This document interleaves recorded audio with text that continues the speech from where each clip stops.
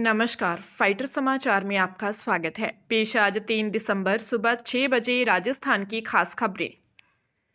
राजस्थान के मुख्यमंत्री भजनलाल शर्मा का प्रस्तावित दिल्ली दौरा सियासी गलियारों में एक बार फिर कयासों का दौर चला रहा है। यह दौरा महज शिष्टाचार भेंट नहीं बल्कि एक बड़े राजनीतिक संकेत के रूप में देखा जा रहा है। एक तरफ बिहार विधानसभा चुनावों में एनडीए की शानदार जीत ने केंद्र की मोदी सरकार को मजबूत बल दिया है, वहीं राजस्थान में भाजपा संगठन के हालिया फेरबदल ने मंत्रिमंडल विस्तार की अटकलों को हवा दी है। भजनलाल शर्मा का दिल्ली जाना कोई नई बात नहीं है।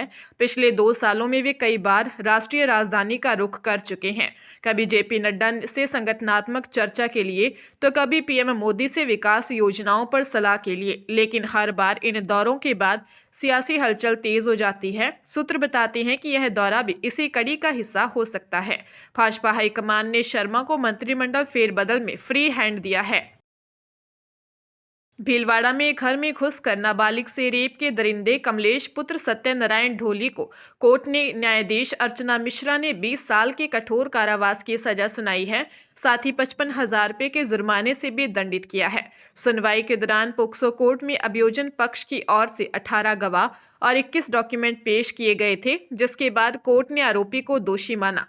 विशिष्ट लोक अभियोजक अनिल कुमार शुक्ला ने बताया कि बडलियास थाना क्षेत्र में पीड़िता ने रिपोर्ट दी कि 20 अप्रैल 2022 को वह अपने घर में अपनी बड़ी बहन के साथ सो रही थी। इसी दौरान सुबह उसकी बड़ी बहन चाय बनाने कमरे से बाहर गई और आरोपी कमरे में घुसा और अंदर से गेट बंद कर पीड़िता के साथ रेप किया।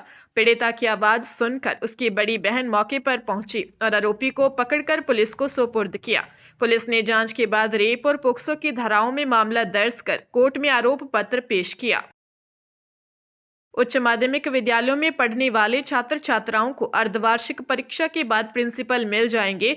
शिक्षा विभाग ने 26 मई को हुई डीपीसी में चयनित 3,800 पदोन्नत प्रधानाचार्यों की पोस्टिंग की तैयारी शुरू कर दी है। पदोन्नत प्रिंसिपल को ऑनलाइन काउंसलिंग के जरिए पोस्टिंग दी जाएगी। दरअसल शिक्षा विभाग में प्रिंसिपल के रिक्त पदों को भरने के लिए 26 मई को डीपीसी की गई थी, लेकिन पदोन्नत प्रिंसिपल को 6 महीने बाद भी पोस्टिंग नहीं मिली है। हालांकि राज्य सरकार ने प्रमोटिव प्रिंसिपल को यथास्थान कार्य ग्रहण के आदेश जारी किए थे, लेकिन पोस्टिंग नहीं हुई है।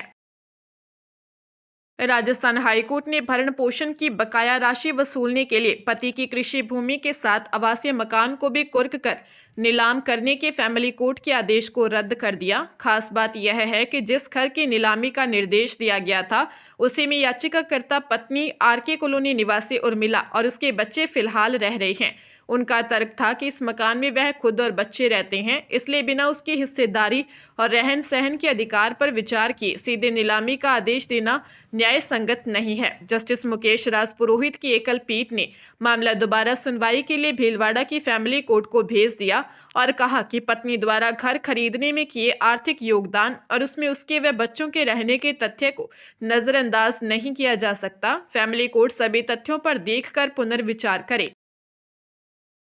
हरियाणा स्टेट विजिलेंस व एंटी करप्शन ब्यूरो की फरीदाबाद ब्रांच ने सीएमओ ऑफिस में तैनात सहायक सुभाष शर्मा को 3,25,000 रुपये की रिश्वत लेते रंगे हाथ गिरफ्तार किया है।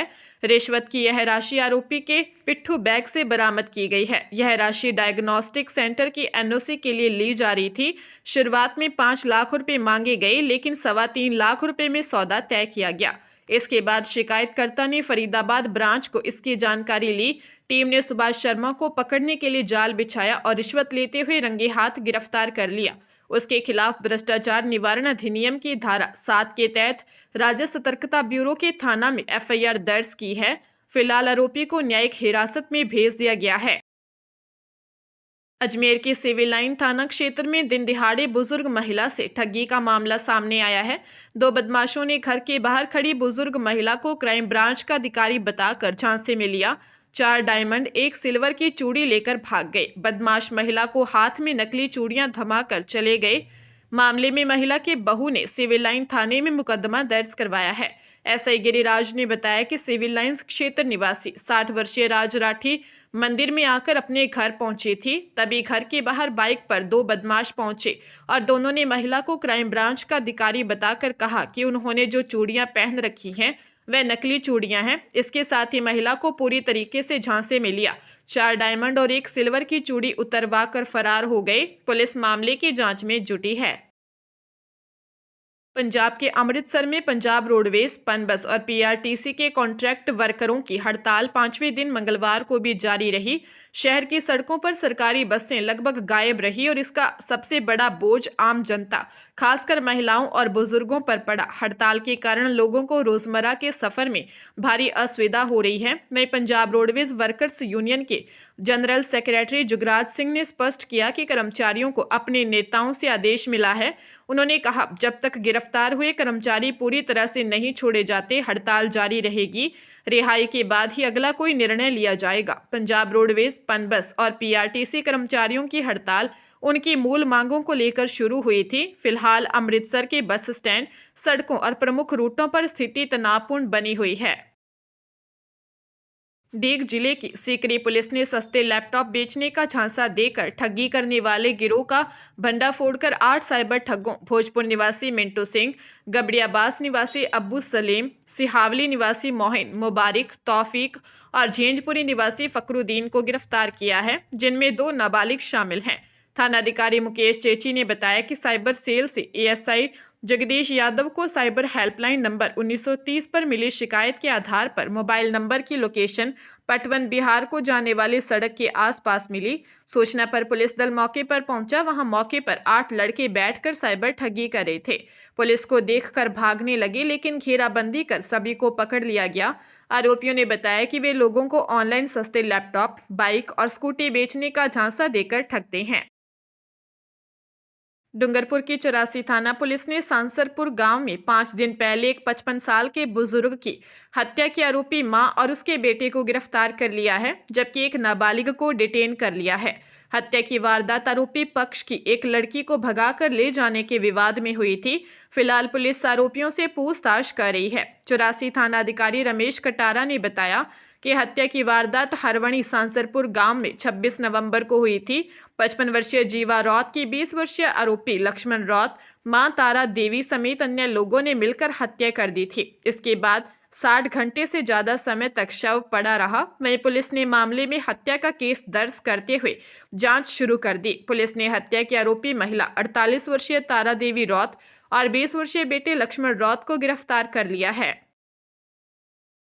जालोर में बिशनगढ़ रोड एक बाइक नीलगाय से टकरा गई, जिसमें बाइक चालक जीवन सिंह की मौके पर ही मौत हो गई।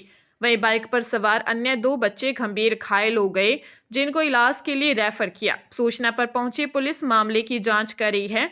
कोतवाली थाना क्षेत्र में बिशनगढ़ रोड पर श्रीराम ग्रेनाइट के पास बिशनगढ़ की ओर से आ रही बाइक नीलगाय से टकरा गई, जिसमें बाइक सवार पहाड़पुरा निवासी 27 वर्षीय जीवन सिंह की मौके पर ही मौत हो गई। घटना के बाद मौके पर लोगों की भीड़ एकत्रित हो गई। सूचना पर पहुंची एम्बुलेंस की सहायता से सभी को चिकित्सालय पहुंचाया, जहां डॉक्टर ने पहाड़पुरा निवासी जीवन सिंह को मृत घोषित कर दिया। वही बाइक पर सवार महेशपुरा निवासी उसके मामा का लड़का 13 वर्षीय शक्ति सिंह व 7 वर्षीय अंजलि गंभीर रूप से घायल हो गई। जीवन सिंह बच्चों को मामा के घर छोड़ने के लिए जा रहा था, तभी यह हादसा हो गया।